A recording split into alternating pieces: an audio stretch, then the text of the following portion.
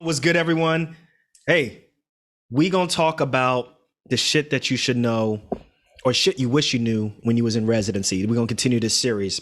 Today we're gonna be focusing on real estate, what you should do when you just move into a new place as a resident. Because I know everyone, for the most part, you go into a lottery system and then you find out on match day where you're gonna be going. And for the most part, you kind of have control, but you don't have control. So you're going to a new place. You're trying to figure out, should I rent? Should I buy? You're trying to figure out where a pizza store is at. You're trying to figure out all these different things. And I got an expert on this show. I got Karl Brisard, who is an amazing realtor down in South Florida. Karl, what's up? What's good? Welcome to Docs Outside the Box, man. What's going on, Nee? Thanks for inviting me, man. Such an honor. And hello to podcast people out there. And I'm ready when you are. Let's do this, man. Let's do this. So listen, tell the people about you. Tell us, let's first establish why we need to listen to you. Why we need to listen to you. Tell us who you are. Well, my name's Karl Brisard. I grew up in New York. I moved down here to South Florida about 12 years ago. I had a job movement. I was in the mortgage business before the crisis, back in 2006, 2008. Got out of that and landed on my degree working in marketing. So naturally that was my thing. I love marketing, social media and stuff like that. So once I moved here, I noticed that it was something, the real estate, I noticed that I kept talking to people about real estate and interest rates and so forth. And I'm like, you know what? Maybe I should just get my license and, do this for real. Because I'm helping people. People asking me, it's like, oh, wow, you're so versed in, mortgages, because that was my background. Then I just said, okay, you know what? I'll get my license. Got my license. Then I made the big transition from taking the leap from being a marketing, getting a regular paycheck and basically getting now working on commission. So that was a leap of faith I had to take. Naturally, my wife was able to, hold things down for me while I do that. And, we're up and running. And you haven't looked back since. And now you're on TikTok, you're doing videos, you're educating people about real estate and so forth. And yes, I wanted to reach out to you because, I think that is a difficult area for doctors and residents to make really wise decisions on a place to live. And I think that for me growing up, I didn't understand the concept of looking at your house as an investment. I didn't understand looking at where you live as a place or something that can help you kind of just catapult you economically to something else. I just looked at it as this is a place that you live, you rent it or you buy it and, you move on. And obviously with what happened in 2008 and then now what's happening again, just different things that we can make and just make smarter decisions about. So with me, I'll briefly tell my story. So in medical school, I just accumulated a whole bunch of student loan debt. By the time I graduated from medical school, I had $240,000 in student loan debt. Wow. Right. Wow. And I got accepted into Morehouse School of Medicine's general surgery residency in Atlanta, Georgia in 2006. So I moved down there. I stayed with a friend. And, this is 2006. This is Atlanta. I had no money saved. I had nothing saved, my man. Like literally, like I couldn't wait to start working just so I could get some money. You know what I'm saying? And my salary at the time was like $39,000 or something like that. And, but this is 2006. People are getting houses like townhomes and large houses in Atlanta with no money down. And we're talking about like 3-bedroom, 4-bedroom, 5-bedroom houses. And, your money goes far in Atlanta. Mm-hmm. So I got I got a spot, right outside of Atlanta, right off of where Six Flags is, right off the highway. Mm-hmm. Not too far from where the hospital was, but it was like $175,000. I had no money down, but basically everything worked out where I got 100% financing. It wasn't a doctor's loan, but it was a loan through the people who built the house. It was a new subdivision and everything. 3 bedrooms, 3.5 baths. The mortgage wasn't bad at all. It was like $1,200 a month.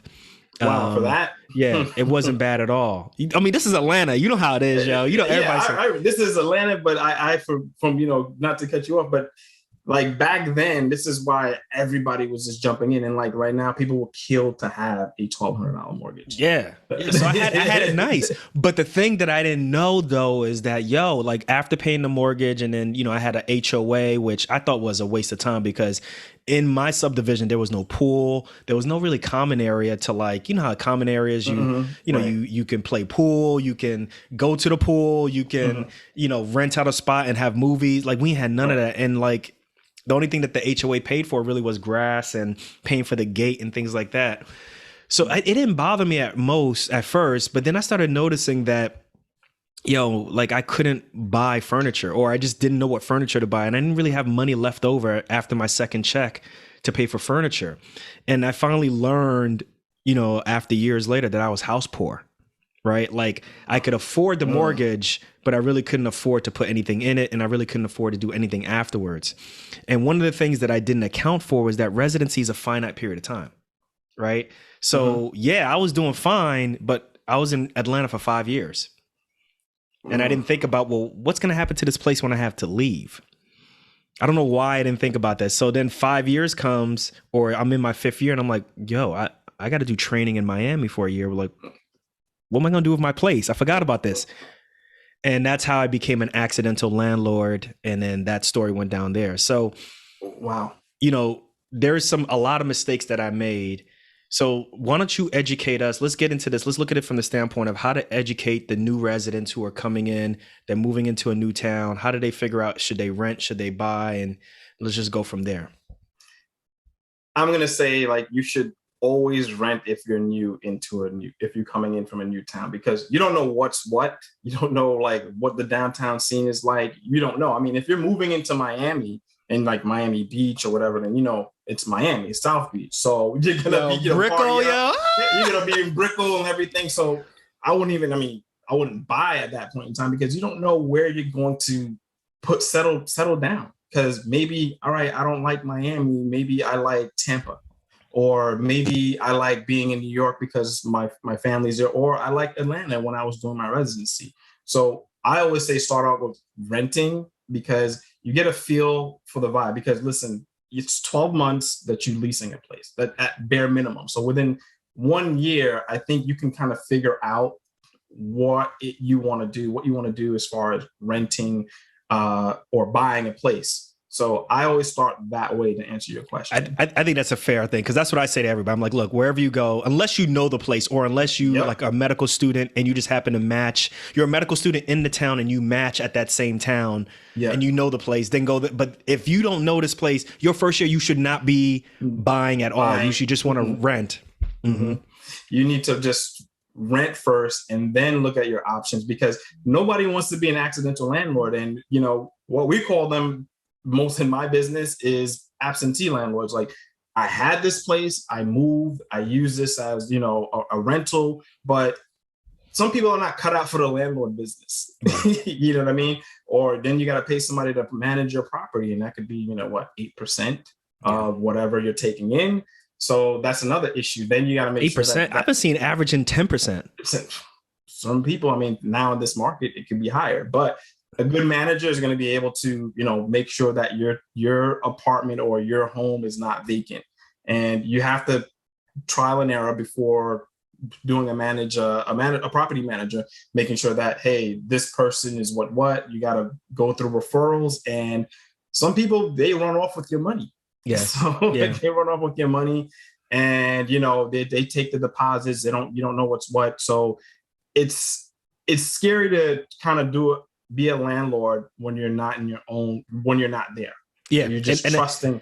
And I agree with that because I think as a resident, the primary focus that you have is on just being a doctor and learning how to be a doctor. And, you're getting at the hospital at 6 a.m. You're leaving, 6 o'clock, 7 o'clock. Sometimes you're doing 24-hour shifts. You're passing out. Like there's a lot of times you don't have time.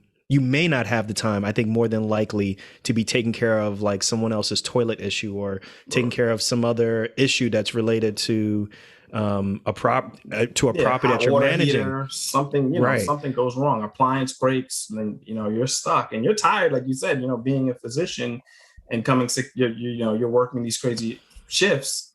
For you to handle that, it's a no-go. And this is why people are like, I don't want nothing to do with it. Yeah. And I think a property manager is good, but let me just explain it to the audience. Like, a property manager is someone who kind of is basically like acts almost like a proxy to a landlord, and you pay them based off of how much you get from rent. So let's say, for example, you have a house that has 2 separate apartments, so a duplex.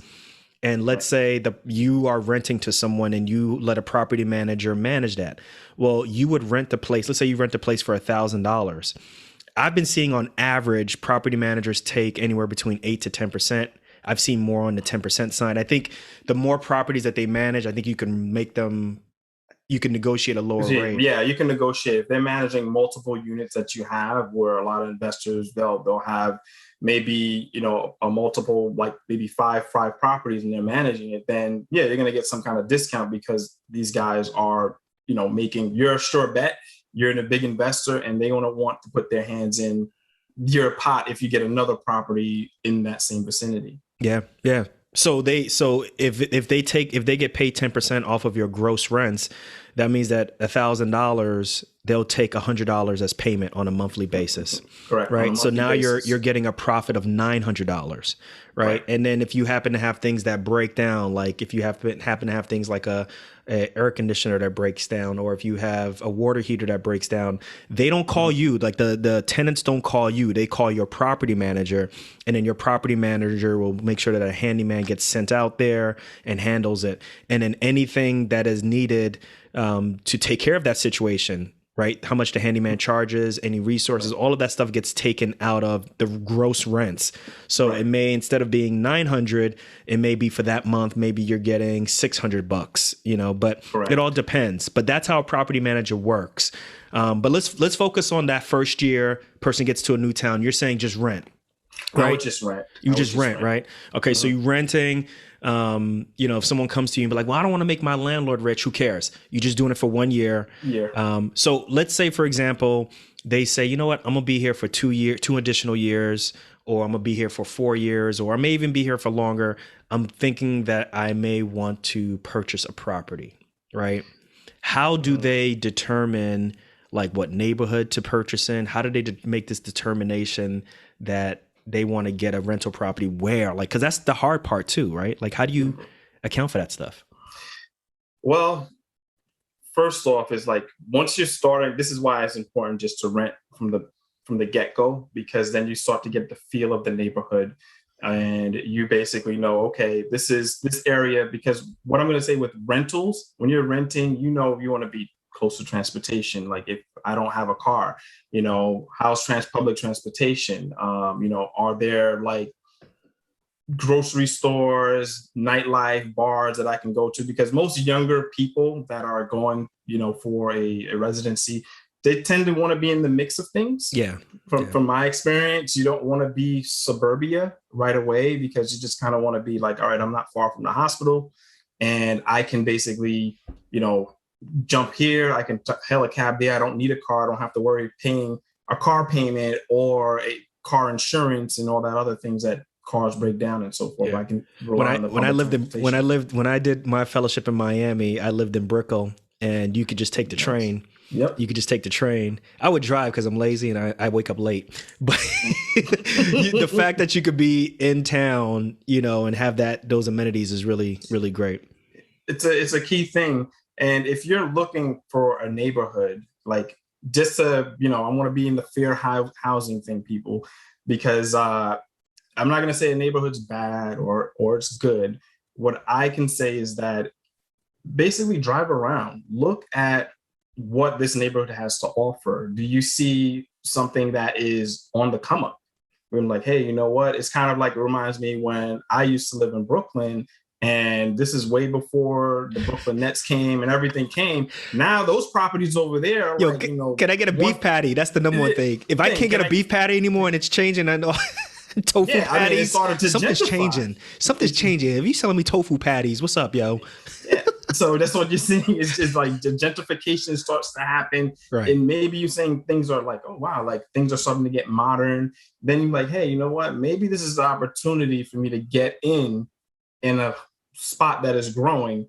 And that is usually the needle in the haystack to kind of be there buy at the right time, Mm-hmm. so to speak, when things are on the way up. And if you're lucky enough, because no one really has a crystal ball, lucky enough to kind of get in early and purchase a property that is in an area that is going to explode, especially if any kind of company, let's say Amazon, moves in, or who knows, you are able to kind of capitalize on it because of the appreciation factor that people want to be.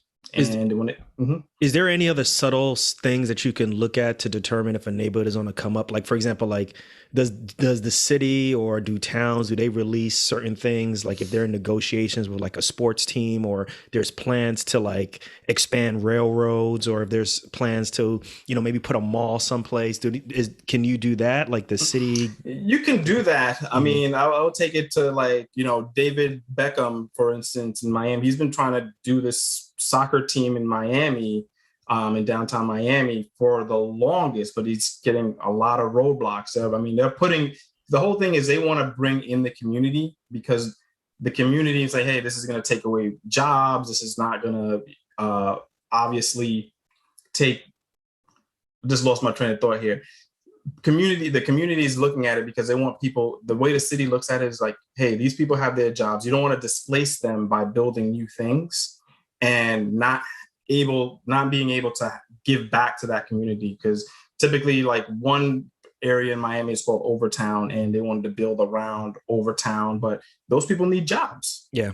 So they need jobs. They need to be involved in that. So so that information is out there. If you look into the local city, they'll put those plans out because they usually want to have a vote and hear what the public has to say about this new plan of building a brand new building or bringing a sports team into a particular area. So they will definitely have people involved, because people are going to say, like, no, hell no, all the traffic is going to increase, and maybe it's going to bring unwanted things that they don't want there.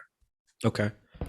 So let's say, for example, someone says, you know what, I do want to look for a property, and I want to purchase something. What advice, or what do you tell someone if like, is there certain things they should look for if they're looking for a single family home versus if they should be maybe looking for like a multifamily place, like a a duplex or a triplex or anything like that? What I like to look for in purchasing an investment property is, like, one, it's location. The better the location, the more money you're going to pay. Mm-hmm.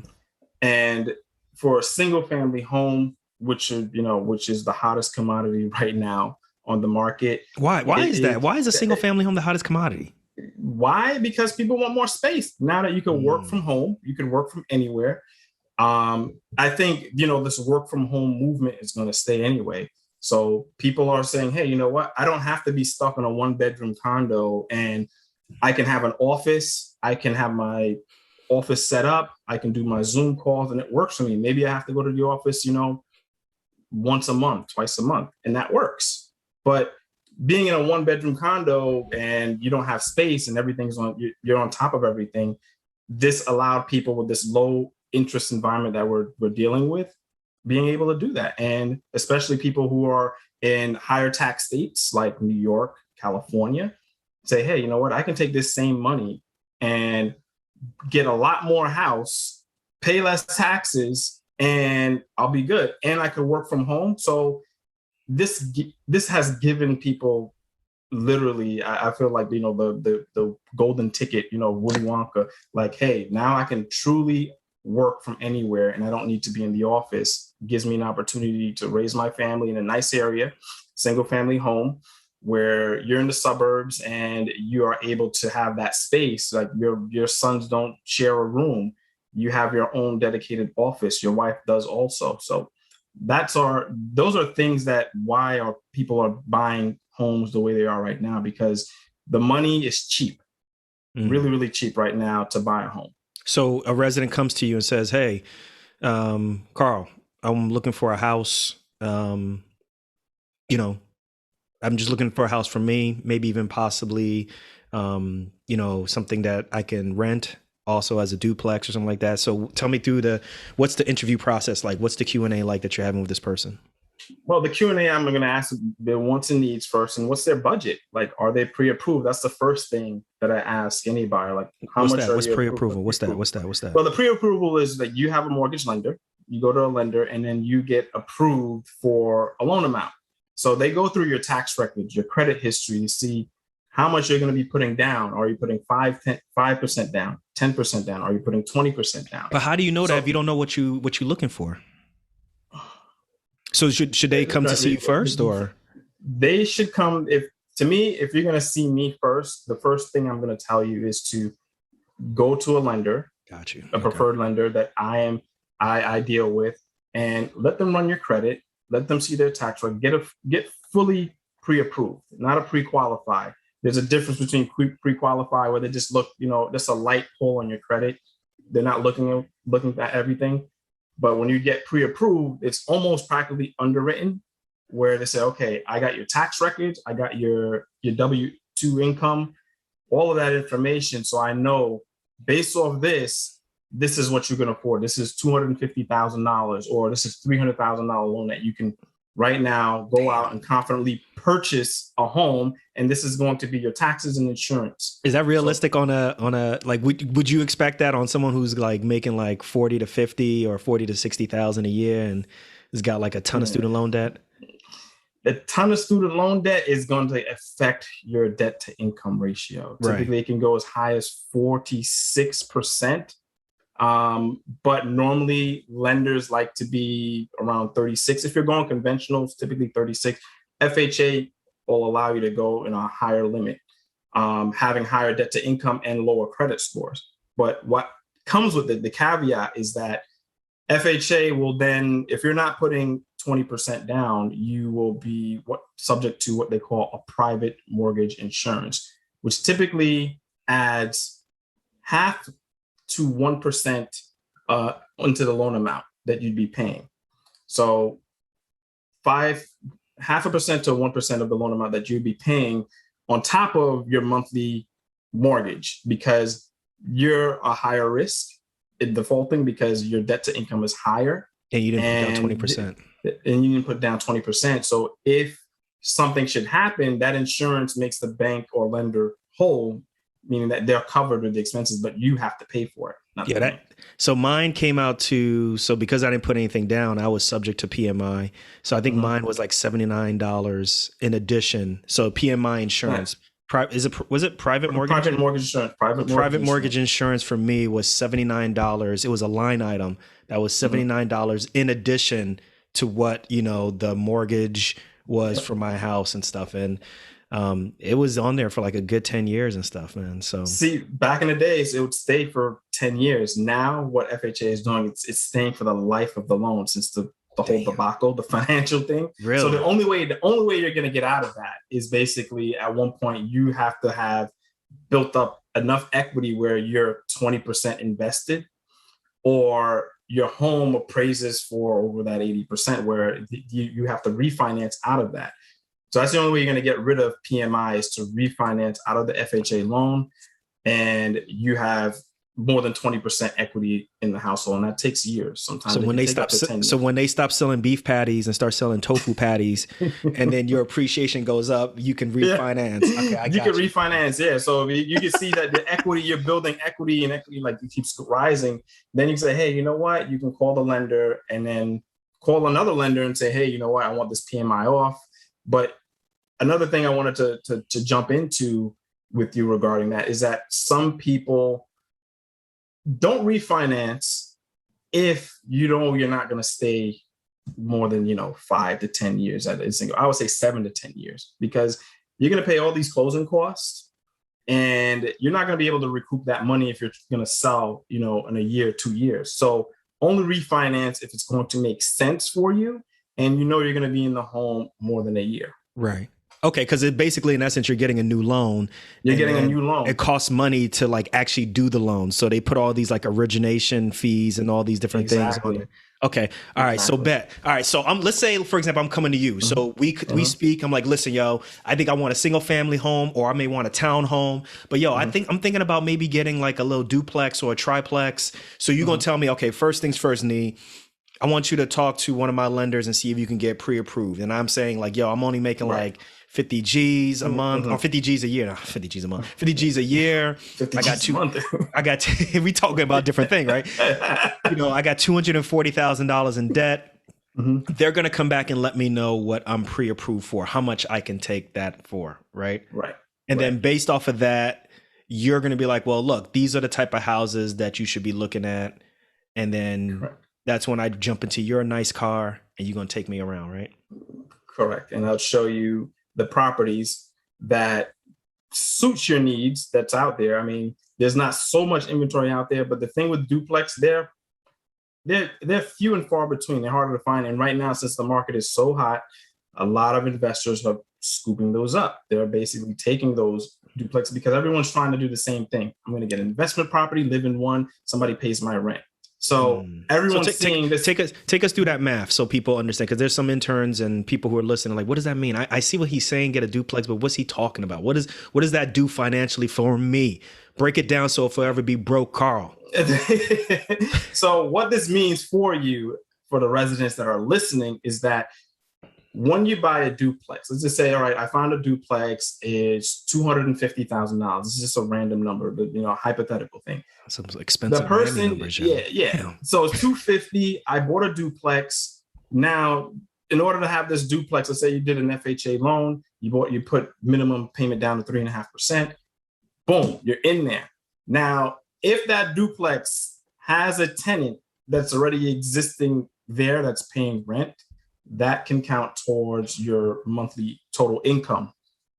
Okay. So what you're doing essentially is when you're moving in, you're having somebody help you pay your rent. So let's just say, all right, this person, your rent is $1,200 or let's say $1,500 per month. And that's for the entire property. Well, that's the entire property. $1,500. So you have to pay, you as a resident will have to pay $1,500 a month for the entire property. For your property, that includes where you live and where your tenant lives. Yep. Okay. Correct. Got you. All in, principal, tax, insurance, everything, all in. So now you charge that person, all right, monthly $1,100 or so. So like they're paying, you know what I'm saying? So that person pays you monthly rent of $1,100 and you're paying $1,500.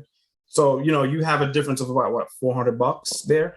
So this person basically is paying like technically 80%, 85% of your monthly mortgage. So that extra money that you have now, that extra $400, you can basically either start saving some more money, or you can put that towards other things like your lifestyle or investing in other things. That's so residents. That's the key right there. That's when you hear people say, well, maybe when you purchase something, rather than purchase like a townhome or something that you can't rent. Although I've seen people do that. People rent a townhome and they'll maybe rent like the basement or rent a room out and have a roommate or something like that. That's the whole point of having a roommate or renting out, having a duplex or something else, is that as long as you're charging fair market value, it may be a situation where a significant portion of what you're responsible is decreased because that person is paying, they're paying you to live there. So like you said, like 80% maybe is all taken care of by a tenant. And you can use that money to either pay off additional loans, student loans, or, buy a nice car like Karl has, you know what I'm saying? Or just, or maybe, do something else, put in your 401k, your school, you're put into your traditional IRA or a Roth IRA. Hopefully you guys residents are doing Roth IRAs. We'll talk about that. I was going to say Roth IRA is the way to go. So guys, like this is where it's the key. So, all right. So we're in your car, we're looking at properties and stuff. Talk to me. What are you talking to me about when we're looking at properties? So when I'm cruising through the neighborhood, I'm kind of looking at, okay, like first, I like to interview who I'm talking to, any client, and really get a feel to where they want to be, what they're looking for. Let's just say if you're looking for a duplex, sometimes a duplex is not in the most desirable neighborhood. So, but if it's your first time buying something, and maybe the area, like I said, it could be an up and coming thing where, all right, I found something, I do like this, the numbers work. It all boils down to like, how comfortable are you having this? Because once you sign on the dotted line, it's nothing that you can just, print a receipt and I'm going to give it back. So buying a home is serious business because it's serious money that you're spending. A lot of money that is going into buying this home, closing costs involved, everything. You don't have to worry about commissions because that's paid by the seller.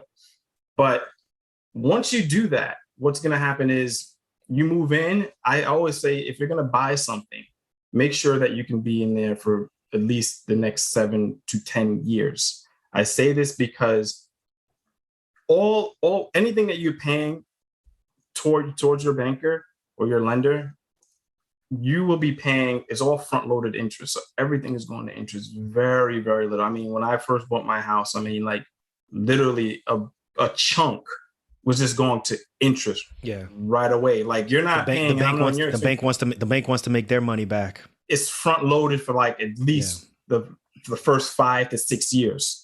So that means as little money that you put down, you don't have much equity to play with. So now you're at a point, if you had to sell this down the line, you would basically you could be not upside down, but significantly break even, or you could just lose money on what you just purchased. So I would say foreshadow, if you're going to buy something, make sure real estate is a long-term play, especially for your residents. So when you say be there for 7 to 10 years, are you talking about holding on to the property for at least 7 to 10 years, or living in the property for 7 to 10 years? I would say living there for at least 7 to 10 years. You don't have to be there. You can essentially, hey, you know what? My income's growing. I can turn this now duplex, move out.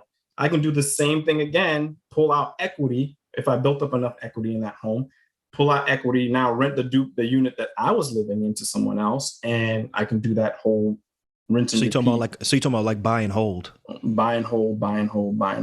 Gotcha. Or if you need to just say, hey, I don't want a duplex anymore, I just want a single family home, then you basically purchase that home, but you sell that home that you just bought the duplex, and then once you sell it, you take that equity that you have built up in that home and put down on another home. Mm-hmm. So when it comes to purchasing, I think you want to, this is an old saying when I got into the business, was that you make money when you buy, not when you sell. So the most important factor of purchasing real estate is trying to find a deal where maybe you can find, in this market, you're not finding too much below market value, but you want to find something enough where you can walk into equity. So basically if a house is $200,000, if whoever is selling it for $200,000, you're saying that where you really make your money as a resident, if you're trying to buy this property, is trying to get it at $180,000, as opposed to hoping that one day when you sell it, it's $250,000. Correct. So you want to try to make your money up front by negotiating that down. But my man, you're in Miami or close to Miami or wherever it is. How does that? Well, even before we get there, you showed me a whole bunch of different properties. I like them. I like one of them and stuff. How does someone make an offer? So let's say they find a townhome, or let's say they find, a duplex or something like that for $200,000. Let's just make it easy, for $200,000. Okay. How do they make an offer? And they got pre-approved for that amount. How do they make an offer?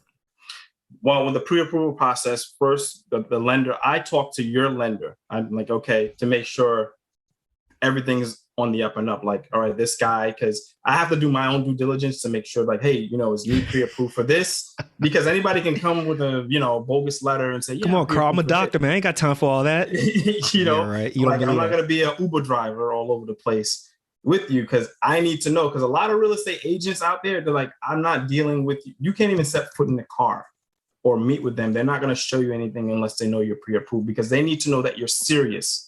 So first and foremost, I can't be that doctor in Florida who who's faking. No. You can't, because they're wise to the game, because time for an agent, time is money. Like in anything else, time is money for us, because we want to make sure that we're servicing our clients to the best of our ability. And it starts with, that's why I said, from the very get-go, get yourself pre-approved. But in the offer process, what we're going to do is, once I have that paperwork, mostly the seller, the listing agent, which I'm also a listing agent. I do both sides, listings and buyer agent. And what you need to do is make sure that, okay, the listing agent is going to have specific instructions on the actual listing. They're going to say, okay, I pre-approval letter. We need to have your offers. So basically, the listing agent is the person who's representing the seller. He's representing the seller. So that listing agent is representing the seller and saying, okay, if we're accepting this offer, we need a pre-approval letter. They need to verify funds. Sometimes they want to show that you have money in the bank that you could cover to pay this home. And I would submit an offer on your behalf to the seller. And then we'll look at the comps first. As a buyer agent, I'm going to look what things sold for and see what is going to be the best negotiating deal that we can get. And I'm going to fight for that and say, okay, I feel that this house is worth here, and I'm going to make sure that you're comfortable in putting in that particular offer. But I don't like doing lowball offers where, like, okay, like you said, the home is $200,000. Now you come to me and say, I want to put 120. And nothing sold in that area for the price, and it's in decent condition. Nothing has sold in the area for 120,000.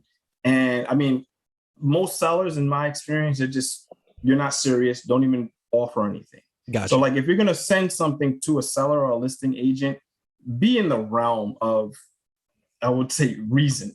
What's the realm? What's the average? Like 5, 10%, 20%? Yeah, I would say within 5 to 10%. And then, you're going to kind of go back and forth and fine tune things. And then it all comes down to not just your offer. It comes down to the terms. What are your terms?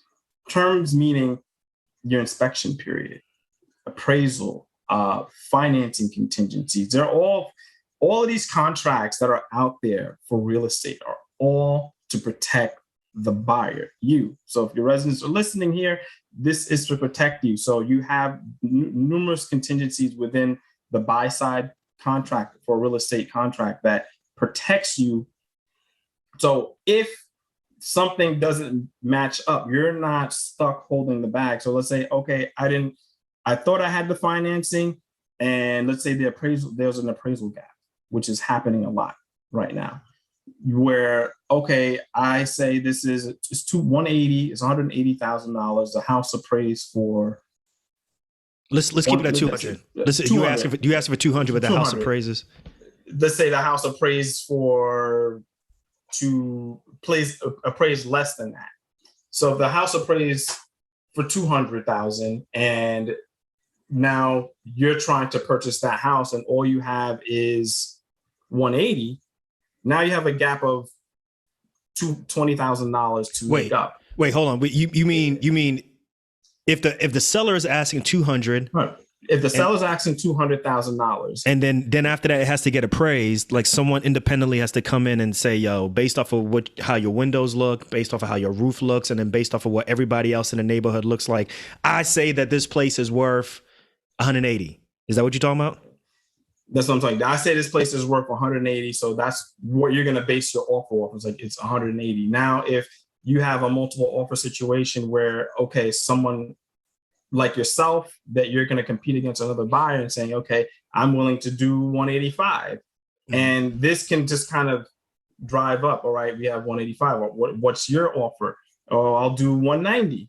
And then you kind of, the seller kind of gets closer to what he wants in that essence. But back to the appraisal gap. What I mean with the appraisal gap is that if an appraisal falls short of what a house is worth, that what you're willing to offer, the $200,000, and this home now is worth less than that, but you signed a contract saying, now I'm going to go back to the 200. Like, you signed a contract saying, I'm going to pay $200,000 for this house, and the appraisal says like 160. It's 160. The seller's like, yo, I want my 200,000. Yo, give me my 200,000. Yo, I want my 200,000. You signed the contract. Yeah, I want my 200,000. You signed the contract saying that this is what you're going to pay. This is what you're going to pay.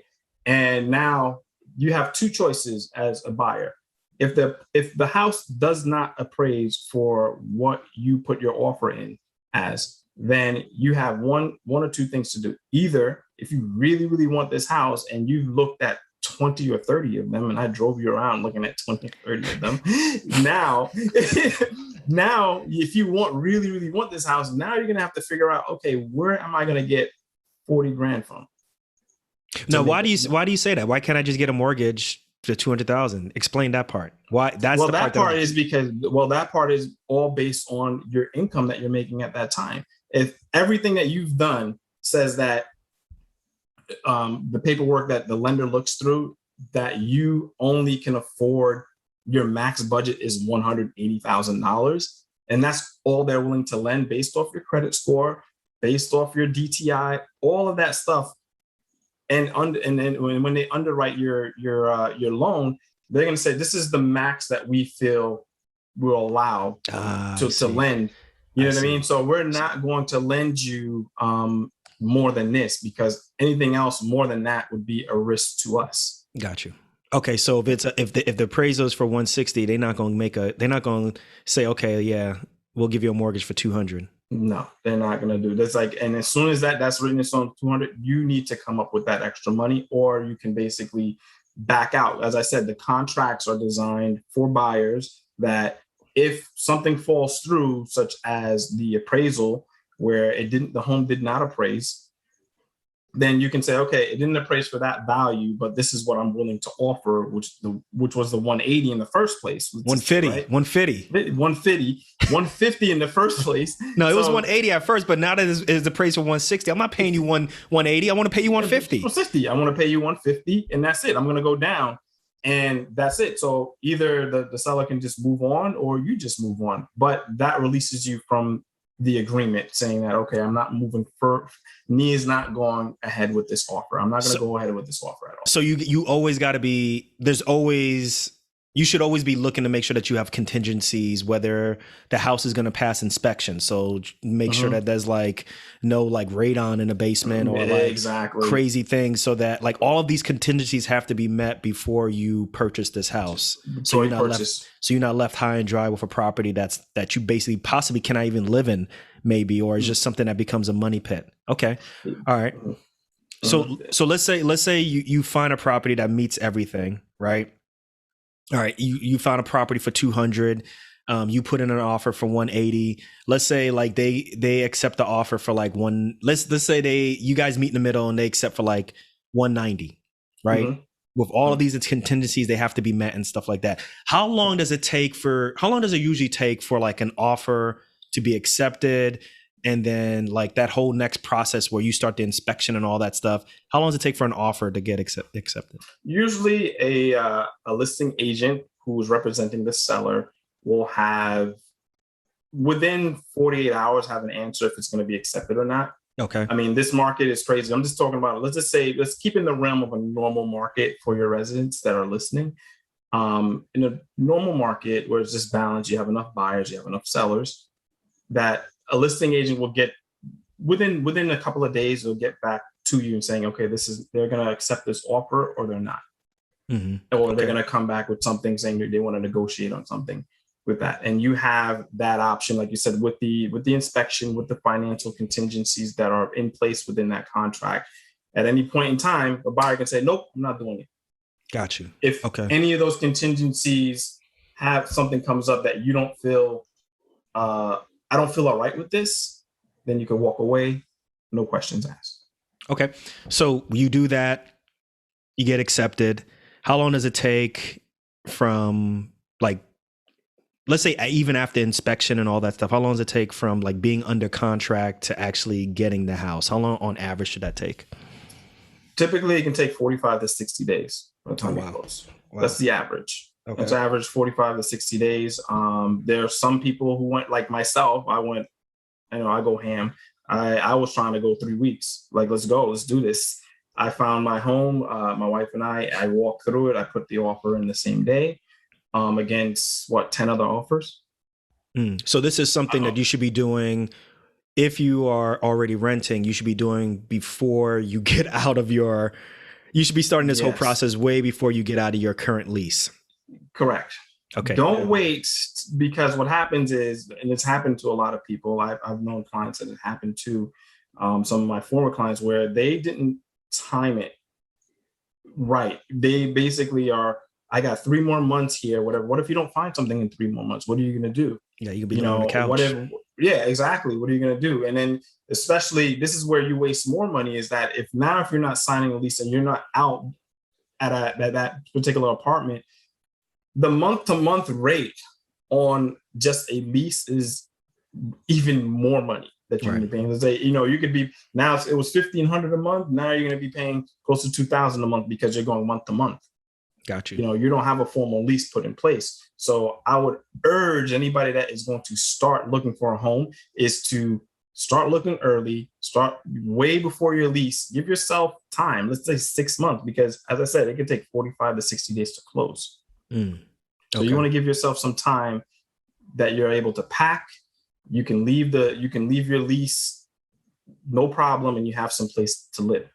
All right. And just so you know, the worst time, for residents in general is like that July. The year begins for us July, so July 1st, and that's oftentimes the most difficult time, because that's people are moving in, moving out. You have new residents. Right. It's just everything changes, and that month of July is a very busy month for everyone. Whatever year you are in training, it's the most difficult time. So, residents, make sure you time this correctly.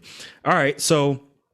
We got that down, but I want you to break down for us. Let's shift into like loans a little bit. I know that that's not really like the ins and outs. You may not know everything, but let's talk about loans, because you use a lot of these like acronyms. You use FHA. Mm-hmm. Obviously, there's doctor's loans, and then there's like a conventional loan. Can you break down all three for us? Sure. So let's start, since I already spoke about FHA. It stands for Federal Housing Authority. This is basically government-backed loans, meaning that a lender can take, like, let's just say Chase, or Wells Fargo, they have an FHA, they can do an FHA loan, knowing that if the loan defaults, it's backed by the government, guaranteed, it will be paid, no worries. So with an FHA loan, typically it's for people who have, bad credit scores. And from what you've told me, I know a lot of doctors coming out of, medical school and doing their residency, you can have a huge amount of debt. Which will affect your credit score. Which will affect your credit score and your debt to income ratio, meaning that they want to see, what I mean by debt to income ratio is that it's a formula used to see how much debt do you have and how much money do you have left over after that debt to pay that mortgage or service that mortgage that you're going to be paying. So they need to see that you're not 50-50, that's not going to work. You know what I mean? Like, 50% is going to debt and you have no money. So literally how do you pay your bills in the house? So it doesn't work. So like I said, with an FHA loan, they tend to have a higher debt to income ratio where they'll lend, your debt to income can be like 40+% mm-hmm. or so. And with the FHA, it allows you to do all of these low down payments, which is why they're so popular, So you don't what need happens 20%. Is you don't need 20%. So what happens is when you're lower, like when you have like a lower credit score, 580 or something low, if you have like a low, 580 is low, 600, then you may have to put 10% down because your credit is pretty much shot. They're going to ask for more money to put down. Then, if you're like in the low 600s, maybe you put 5% down. But if you're like someone that, hey, 680, you're okay, you're not quite at the 700, then all right, we'll do the 3.5% down loan, which gets you in the door because it's a low barrier to entry. Like, okay, I can afford to put 3.5% down on this mortgage because I don't have 20%, yet alone. Not a lot of people have 20% to put down. You still got to do you still have to do PMI when you get a PMI? If it's less than 20% that you're putting down, you'll have what they call the private mortgage insurance. On so in an FHA loan, you put down you only have to put down 3% or 3.5%. You said 3.5% is 3.5% with an FHA loan. So if you're putting 3.5% down, you're going to have private mortgage insurance for the life of the loan. The only way you're going to get. Go ahead. So if you get a house for $100,000, you'd have to put down $3,500. Correct. Got you. Okay. I got to use simple numbers because it's yeah, you're going to have that. You can, so like 3,500 people are like, okay, that's something I can swing. And if you have, a significant other that has income coming in, or you manage to save some type of money, that's something doable. I think most people, that's something doable. $3,500.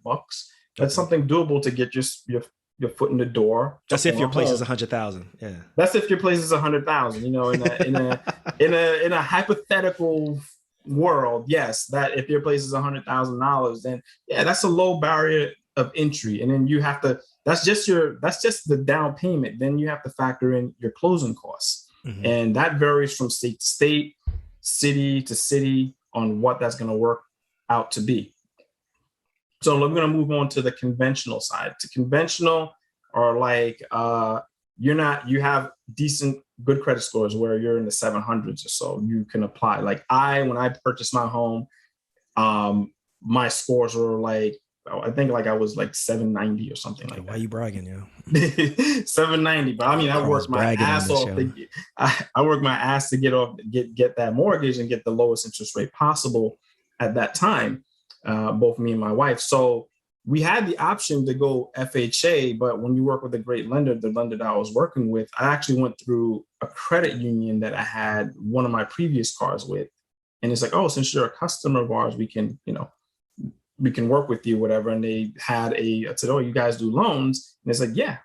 So they offered, we could do FHA or conventional, but based on the numbers and the credit score, it's like you qualify for the conventional loan side of things. So since I qualified for that, even though I think I put like 5% down, and they said, you know what, if you're putting 5% down, you'll still have the PMI, but since I went conventional, the PMI doesn't stay for the life of the loan, because remember in the beginning, I was saying with FHA it does, but your private mortgage insurance on the conventional side of things is typically when you reach that threshold of at least 20% equity in the home, that the lender will automatically have that dropped off. You can verify with your lender, or you can call, like my lender says, call us and we can do a drive-by appraisal, which is typically less than a regular appraisal. So they're just not evaluating everything. They're just looking at the numbers and say, okay, you hit that threshold, we'll remove it. And typically it's like 79%. Don't I'll have to stick a pin in it because I know it's around like the 79%, just under 80%, that they can say, okay, we're going to drop this off for you. And you don't have that. So that could work out to be, like you said, $79 or $100, $200, depending on what size loan that you took. Which is a big deal, right? Because it's a big deal because now you don't have to, it's money you can save. Yeah, or money you could just put more towards principal and stuff. More money you can put principal, exactly. So basically, if you can get a conventional loan, you think that that's more attractive than getting an FHA loan, if you can. If you can, I think it's attractive because FHA has the thing with FHA, they have stricter guidelines, so to speak, because since it's government backed, so they have a stricter guideline of looking through. This is just an overview. Again, I have to put the disclaimer. I am not a mortgage broker. I'm just giving you a gist of what to look for with an FHA loan. This is just common knowledge that's out there. The 3.5% down FHA loans. They're a little stricter as far as when doing appraisals and what kind of safety, protocols need to be in place in the home for them to move forward. Conventional, not so much. They don't really, care about that. They don't want to make sure that, hey, there's not a hole in the roof. Obviously, they're going to care, but it's in better condition. It's easier loan, and then a lot of people like to deal with, unfortunately, and especially in this market, with a conventional loan over a FHA loan. Okay. Now, what about this thing that I know a lot of residents are probably hearing about, like these physician loans or these doctor loans with the bank? Talk to us about that. What's the deal? What's the difference with that? So with the doctor loans, all right, with physician loans overall, physician loans they know that you have high DTI. So they welcome that because they know moving forward through your career, you're going to earn more income. So based off that, you can actually qualify for what's the hook? What's the hook? But so based off that, it comes with a caveat, and the caveat is you're not going to have a fixed rate mortgage. What they will put you into is a adjustable rate mortgage, meaning what does that mean? What does that mean? So an adjustable rate mortgage means that interest rates go down. If interest rate go down, your ARM or your adjustable rate will also go down. If it goes up, your monthly payment goes up. So you're kind of like seesawing back and forth, and you're never like, all right, I'm going to get a fixed rate of 3%, and I know this is my payment, and it's not going to change. My $1,500 won't change at all. But now you can have a $1,500 payment, and next month is $1,800. Okay. But that's basically what happened in 2008, though, right? With a lot of folks, right? Like, a lot of people took cheap money, adjustable rate arms, and once these arms adjusted to astronomical, and they were taking interest only. So once interest shot through the roof, your payment, now I had a $900 payment. Now I got to come up with, $1,800 or double that. I don't have the money. Now you're looking to, I still got to put gas in the car. I still got to put food in the fridge. I'm walking away from this house. I'm walking from this house. Exactly. Yeah, and I got other utilities to pay for. So, now you put yourself. So when you describe it like that, then what is the advantage of the physician only loan then? So what the advantage of the physician loan is that because you have high debt to income, they're allowing you to put 0% down. I got you. Okay. 10% down. You can put 10% down, but keep in mind, I like to put some type of money down so you have some kind of skin in the game because it helps you build equity quicker when things appreciate. But I ain't got no money. If you ain't got no money, right? If you don't got no money, then you ride it out. Hopefully, just your home will appreciate over time. And they start selling tofu patties, and people start doing yoga. Then you're like, I'm in the right area. Like, I bought smart. I bought, people walking around with leggings. They carrying around their dogs. All right, I got you. Okay. Yeah, they start building Sephoras around you. Then got you. Now, Orange theories. I got it. I got you. Exactly. I got you. Once you see that, then like, oh shit, shit's about to pop off. Yeah, I'm gonna hold on to this because some people are gonna try to buy cheap at that time from you because they see it happening and you don't see it happening. But with the physician loan, you're putting 0% down. It's the caveat is that you would be in an adjustable rate mortgage. It's not fixed, but they're doing that because they know over time your income as a physician will grow. Okay, so that's the big difference there. So they're giving you a huge break in the beginning, knowing that more than likely when you finish residency and you start bringing in the big bucks, you probably going to sell that other joint or keep it, but you're going to try to get another mortgage through them for something that's a little bit more expensive. I got you. And this has to be, again, your primary residence. Has to be your primary residence. So in order to have that, the same thing with FHA, primary residence, conventional loan, same thing. Everything has to be your primary residence if you're putting, less than 20% down.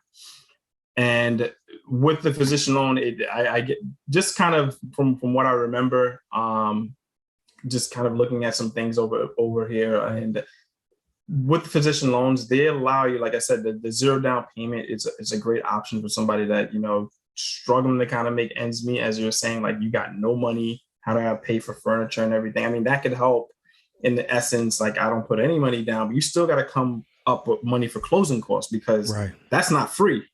You still got to pay for closing costs, whatever that works out to be, depending on the price of the home you purchased. And that money that you didn't spend, now you say, okay, I could actually furnish my home. Yeah. I can put some furniture in my home. Get a couch. And get a couch to sit on or to crash on. And that helps me in the long term as I know my income is going to grow over time. So okay. All right. So look, let's wrap this up a little bit. So I think overall for people who are particularly moving to a new town, you're a resident, more than likely the majority of residents have a huge amount of debt. They don't know really the ins and outs of the town that they're moving in, at least to a point where they understand like the housing patterns of a town, right? Right. So you would recommend that, first year residents rent at first, right? and Right. then rent. And then obviously we want to make sure that when we're renting at a place that we can afford so that we can continue to save up our money for a down payment. But during that time, during that year, if you're really interested in looking for a property that you can live in, or a property that you could live in and also rent, possibly the other side, you should start early looking at properties, right? Yes, you should start as early as possible looking at properties, especially when you're getting the layout of the area that or city that you're moving into for doing your residency, because you said it's typically 2 to 5 years. Usually the most average residencies are anywhere between 3 to like 5 to 6, 7 years for residency. For residency. And then you Okay. can do additional training, which is a fellowship. So on average, 3 to 5, maybe 6 years. So Oh, okay. So yeah, that's some time. That's plenty of time to kind of get the layout of where you're going to be living.